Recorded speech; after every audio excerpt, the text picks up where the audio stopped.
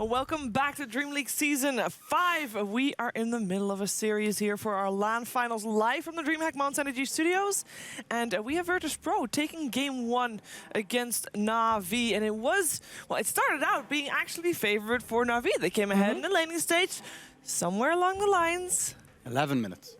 11 minutes in. Shane was watching. It didn't go so well. What went wrong, Shane? 11 minutes. They grouped up as 5 and they tried to take these fights in the mid lane. Like, and Darkseer would just vacuum everyone in. They'd get a Dead Prophet silence off on all of them with the ulti, and it wasn't very pretty. Yoku and G played amazing. Like Wago was talking about it as soon as the game was ending. Like the Mirana was never really able to leap because his Yule silence combos were making sure that General didn't have any easy way of getting out of the fight.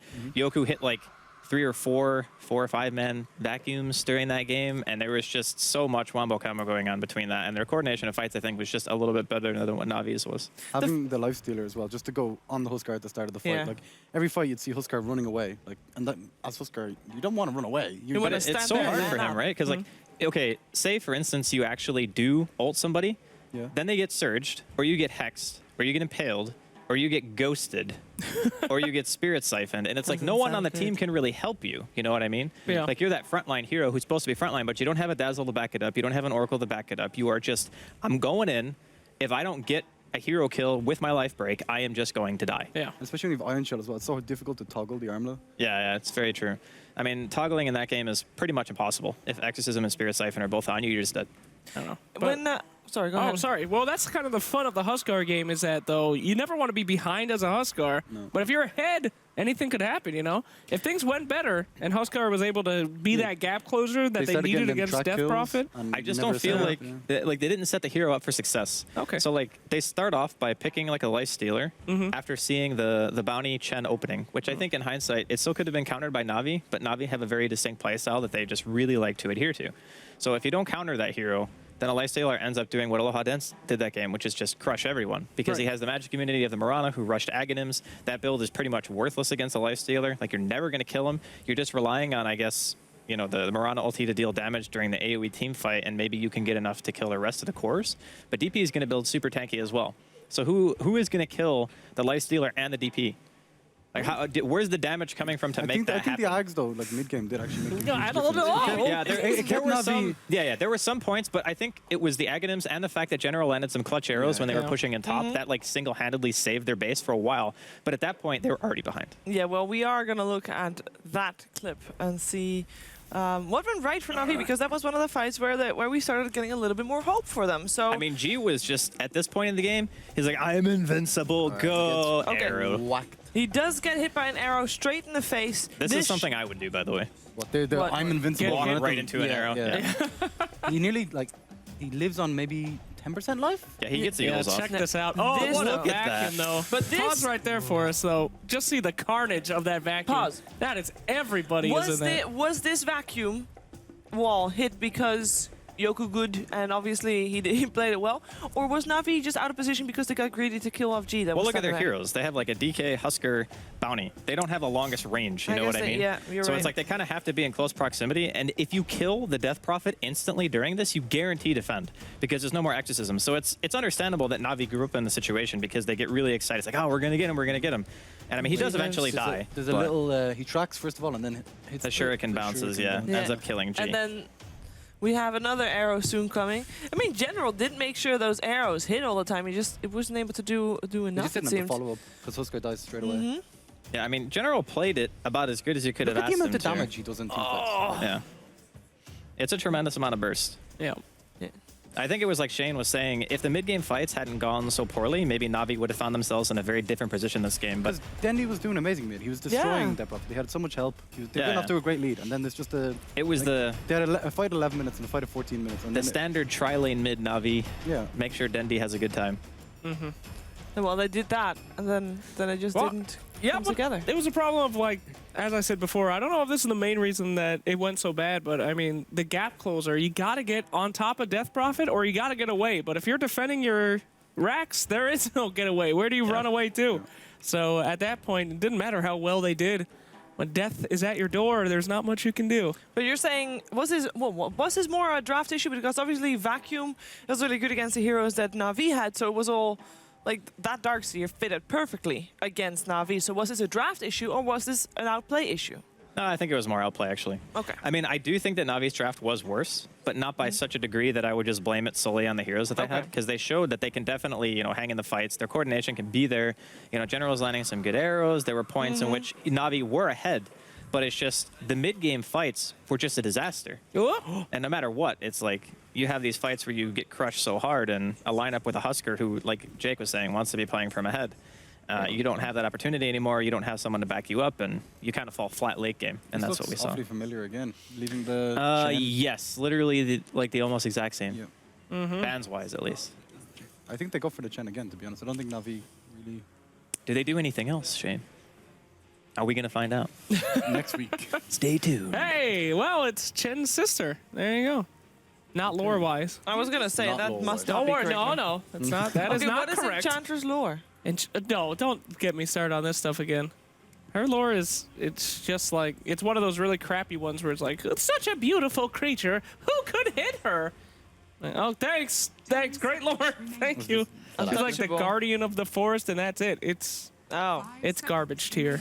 Okay, so Jake is triggered. Sorry. Mirana in the first phase.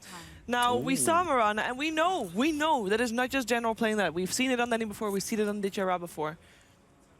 Are you going to assume that Navi picked this because they hope that Virtus Pro is going to assume that it's going to be on general? No, I mean, there's some Leave all this ambiguity offlane behind it. heroes in? I think that's Ooh. the... Oh, okay. Okay, this is exactly the same almost. So this is definitely a pre-recording, as we've already Yeah. mentioned. Yes. Thanks a lot. We've seen this. I mean, it worked last time, so... Hey, why? It's very good against the Champions. there's no Earth Spirit this time, though. Important to note is that we know from history and also from this series, Navi prefers Radiance. Radiant side. Yeah. Mm-hmm. So they chose this here again, and leaving Virtus Pro with the first pick. I mean, I think it is actually good for them because they favor Enchantress and Chen so much. I think it's just easier to run the jungle on Radiant side. It's easier to help mid as well. So Yeah, roaming between mid those is two Radiant is things, a lot yeah, easier. but between those two things, I think it really suits their play style. So understandable from their perspective. I would be interested to see how they play on Dire if Yeah. any team were to take it away from them. I mean, they like Lycan so much. Imagine a Lycan strat from their side. Yeah, they play Ursa as well. Like, Picture Yeah. plays both those heroes, and he plays them very well. So I think... I guess... who has the first pick out of this phase? I didn't actually see. So Navi? Virtus Pro had first pick because of Virtus big Pro line. picked Oh, they line had first pick out of the Yeah. phase. Okay. And it was Navi that had first pick previous game. Okay. I do want to point out that I think Radiant has a way higher win rate right now in professional. It was like games. 70% or something ridiculous, Yeah. wasn't it, at Epicenter? Yeah, Epicenter was crazy. Yeah. Radiant side. Seems balanced. I don't think It that's... might not have only been because Shut of up, Radiant side. Shane. It might have been because of last pick being so strong. Yeah, but that's the thing. It's like, is it really the side that makes it super OP? Yeah. Because I don't know about that.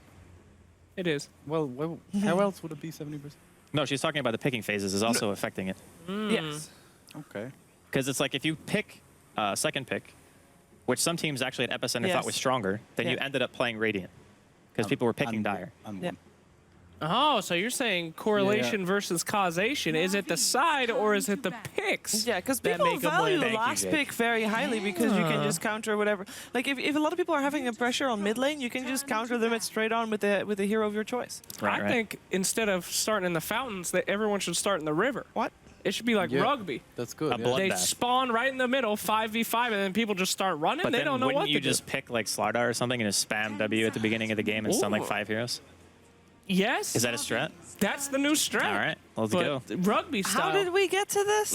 All right, anyway, Rugby. we should get back to it. So no Draw Ranger, no Alchemist. Alchemist, we've seen him only banned. Haven't seen him played here in the finals yet.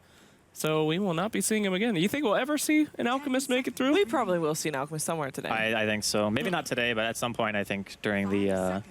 Because all the teams here, I think, run it. But this Drought ban is pretty interesting. Actually, Navi don't run it. Yeah.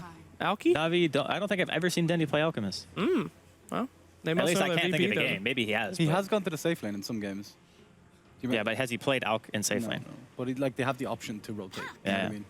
Oh, a puck. All right. This is very all-in from Navi. Yeah, this is about as aggressive bursty as you can get, huh? I mean, it's all right against Lifestealer Late in the game, sense you that get the it's... Ags. You have these like very mobile heroes. Lifestealer kind of eats Enchantress though. That's the only downside so far.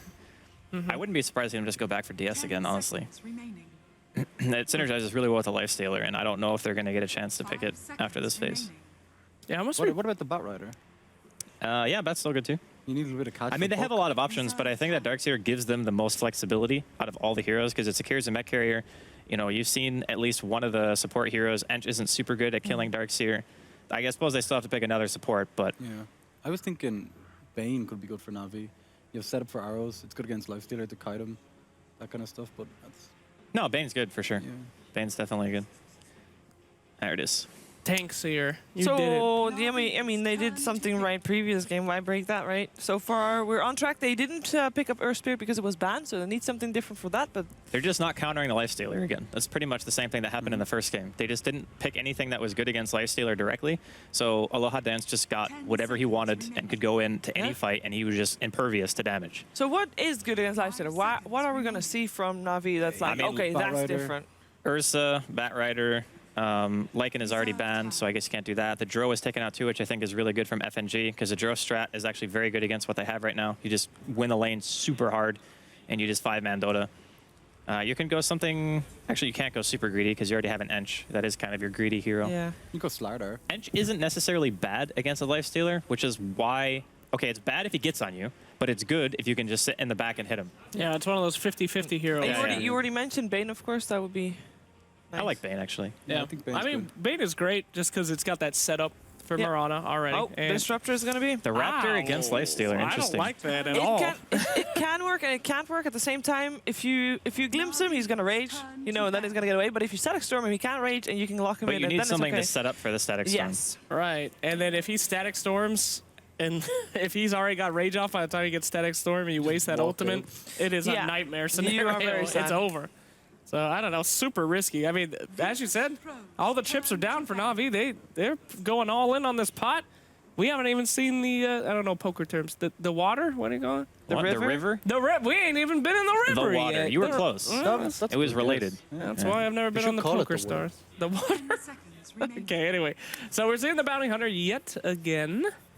Na'Vi's And team the is so bounty- squishy. Like, Yeah. so squishy. The Lifestealer, if he gets ahead, is just going to have another Yeah. ridiculous game.